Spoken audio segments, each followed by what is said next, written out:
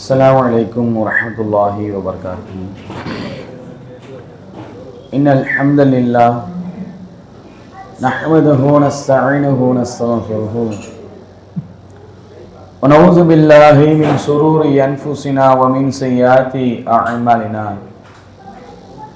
من يهده الله فلا مضل له ومن يضلل فلا هادي له.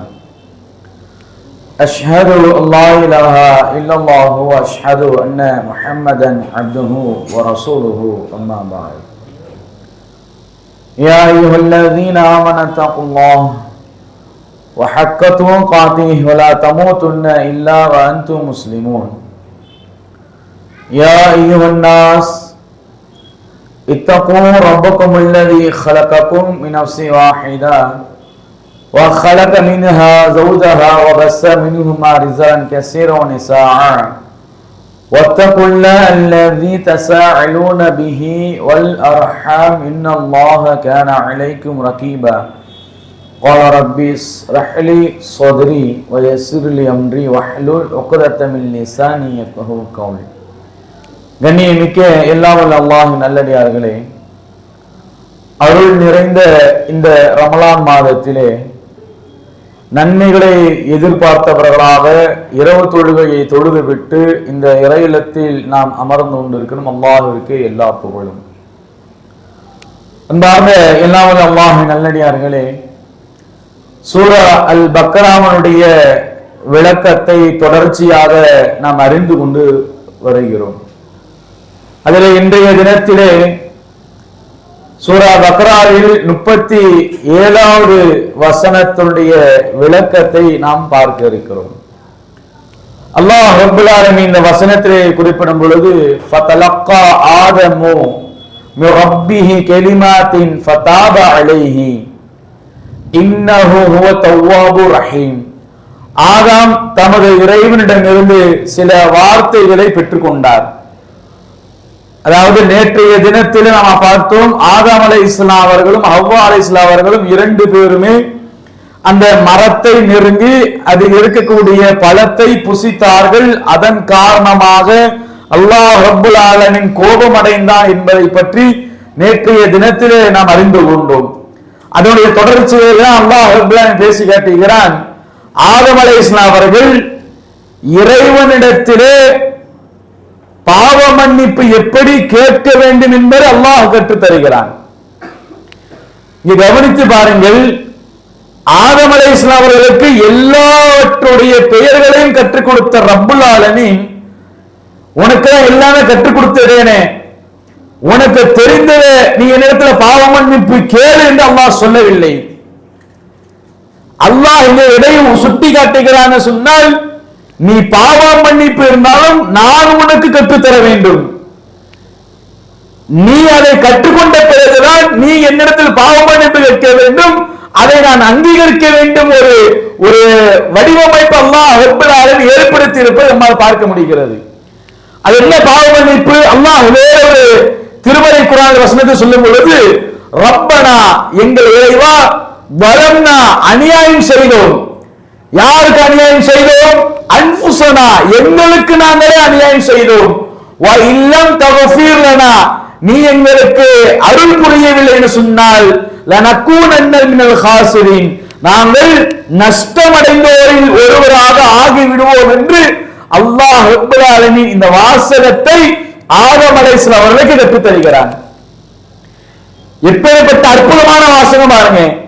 நான் அநியாயம் செஞ்சிட்டேன், நீ எங்களுக்கு மன்னிப்பு தரலன்னு சொன்னா நான் அநியாயக்காரரை ஒருவனாகி விடுவேன் என்று ஆதம் அலைஹிஸ்ஸலாம் அவர்கள் அல்லாஹ் ரப்பல் ஆலமீன் கேட்க வைத்து அதை ஆதம் அலைஹிஸ்ஸலாம் கேட்கிறார்கள். பிறகு அல்லாஹ் ரப்பல் ஆலமீன் சொல்லி காட்டுகிறான், இன்னஹு ஹுவ தவ்வாபுர் ரஹீம் அவன் அவரை மன்னித்தான் என்று அல்லாஹ் ரப்பல் ஆலமீன் சொல்லி காட்டுகிறான். நிகரல்ல அன்பாளன், அவன் மன்னிக்க கூடியவனாக இருக்கிறான் என்பதை இந்த 37வது வசனத்தை நம்ம பார்க்கிறோம். அதுக்கு அடுத்தபடியாக 38வது வசனத்துடைய விளக்கத்தை பாருங்க. குல் நஹபிது மின்ஹா ஜமீஅன். இங்க அல்லாஹ் எதை சொல்லுகிறான்னு சொன்னா, குல் நஹபிது பன்மையான சொற்களை வைத்து பேசுகிறான். அதாவது எஹிபத்து அப்படி வரணும். எஹிபத்துனா ஒருவர், எஹிபத்துனா இருவர். அப்ப ஆதம் அலைஹிஸ்ஸலாம் அவர்களையும் ஹவ்வா அலைஹிஸ்ஸலாம் அவர்களையும் இஹ்பித்து அப்படிதான் அல்லாஹ் சொல்ல வேண்டும். ஆனால் இங்க என்ன சொல்கிறான்னு சொன்னால் இஹ்பித்து நீங்கள் அனைவரும் இறங்கி விடுங்கள். பன்மையை அல்லாஹ் ஹவ்வா சொல்லி காட்டுகிறான். இந்த பன்மை என்ன அப்படின்ட்டு நாம திருமறை குர்ஆனிலே சற்று ஆழமாக சிந்தித்து பார்த்தோம் சொன்ன வெவ்வேறு இடங்களில் அல்லாஹ் ஹவ்வா இதற்கு நம்ம தெளிவுபடுத்துகிறான்.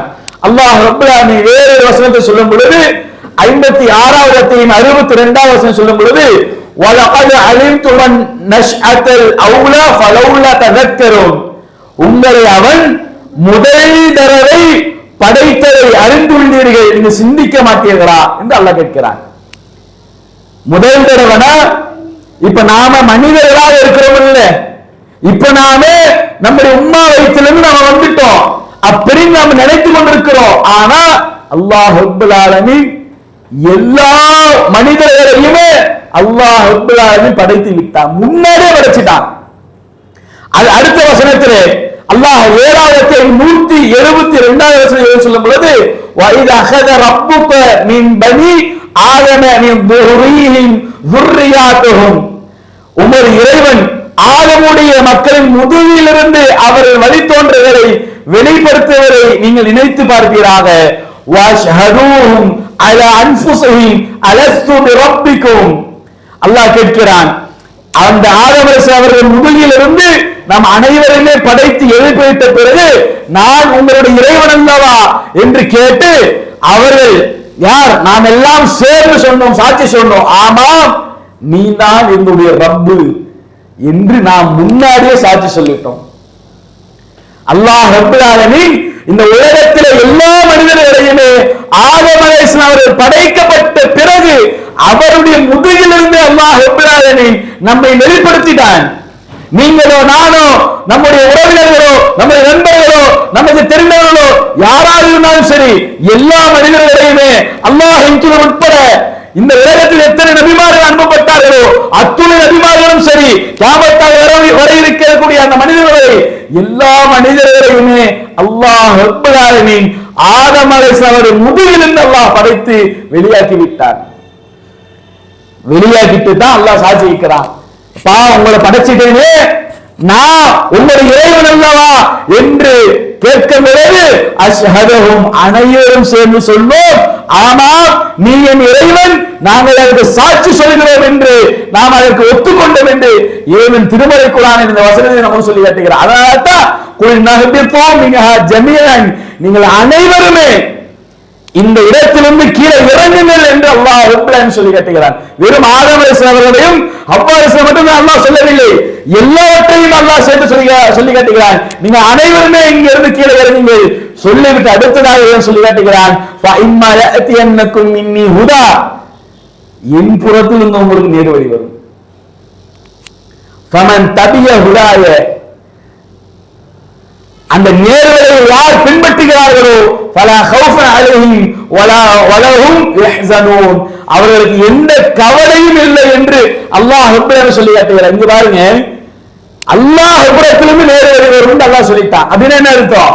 மார்க்கம் இஸ்லாம், அந்த இஸ்லாத்தை கடைபிடிக்க வேண்டும் என்று அல்லாஹே சொல்லிவிட்டான். அல்லாஹ் புறத்திலிருந்து நேர்வழி வரும் என்று சொல்லிட்டான். எல்லாவற்றையும் கற்றுக் கொடுத்த ஆதம் அலைஹிஸ்ஸலாம் அவர்களுக்கு நீ எப்படி வேணா வாழ்ந்துட்டு போப்பான்னு அல்லாஹ் விடல.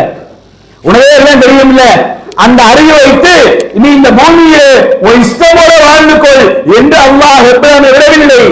நான் உனக்கு நேர்வழி தருவேன், எப்படி இந்த உலகத்திலே இந்த பூமியில வாழ வேண்டும், எப்படி நடக்க வேண்டும், எப்படி எனக்கு பாவமன்னிப்பு தேட வேண்டும், எப்படி எனக்காக தொழ வேண்டும், எப்படி நோன்பு வைக்க வேண்டும், அனைத்தையும் நான் உனக்கு கற்றுத் தருவேன் என்று அல்லாஹ் ரப்பல் ஆலமீன் சொல்லி காட்டுகிறான் என்று சொன்னால், இன்றைக்கு நம்முடைய சமூக மக்கள் பாருங்க, எங்களுடைய இமாம்கள் சொன்னதை நாங்கள் பின்பற்றுவோம், எங்களுடைய மூதாதையர்கள் சொன்னதை நாங்கள் பின்பற்றுவோம் என்று சொல்லி இன்றைக்கு மார்க்கத்தை பல கூறுகளாக பிரித்திருப்பதை நம்மால் பார்க்க முடிகிறது.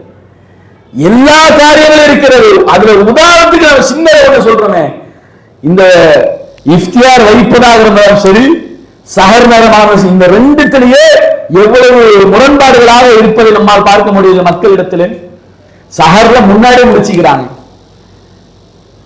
ஃபஜர் வக்து 5:13 அப்படின்னு வைத்துக் கொண்டால் 5:12 வரைக்கும் சாப்பிடலாம். இஸ்லாம் சொல்லக்கூடிய சட்டம் மினல் ஃபஜ்ரி, ஃபஜ்ர் வரைக்கும் நீங்கள் உண்ணுங்கள்.